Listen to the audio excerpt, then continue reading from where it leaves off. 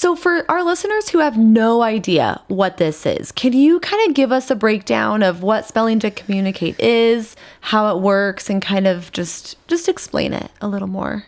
Yeah, so spelling to communicate, we refer to it as S2C, is a newer communication method for people with autism, apraxia, Down syndrome. I've had people with CP, gene deletions or mutations. We really just say anybody who's a non-speaker. So what we do is we teach them to communicate reliably through the use of a letterboard. And the way that we train them to use a letterboard is we take the fine motor out of speech and we put it into a hand by poking in and out of a board, which is just, much more possible for people to do because the articulators in your mouth are so much smaller than using your arm. Okay. So from what I have seen, and I mean, I don't know much about it at all, which is why I'm glad that you're here.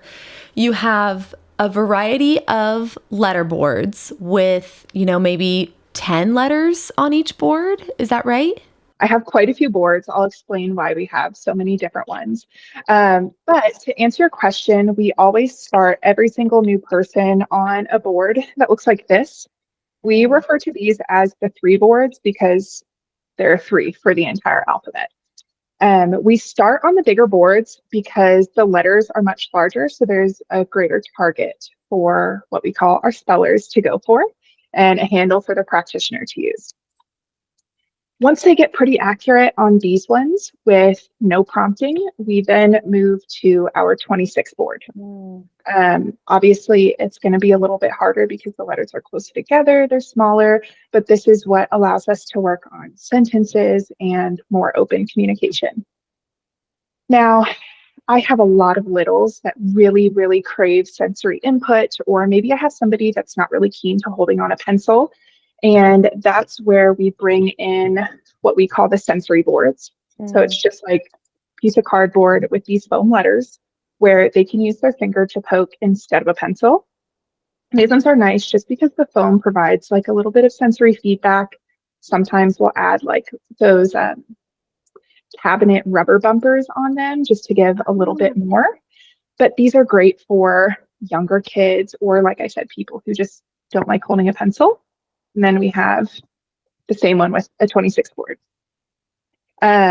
Once they are like rocking it on this one and they are doing open-ended communication, we then go to what we call the laminate board. It's just a piece of laminate paper. We have punctuation. We have a done button so they can indicate when they're done talking. And what's really awesome about these ones is you can customize the back. We have ones for algebra, we have emojis, we have Spanish boards. I love the laminates. Wow. And then after that would come the keyboard. You mentioned open-ended communication. Can you explain what that means?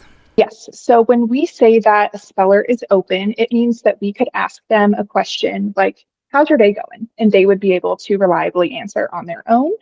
Any type of open-ended question would deem a speller to be open.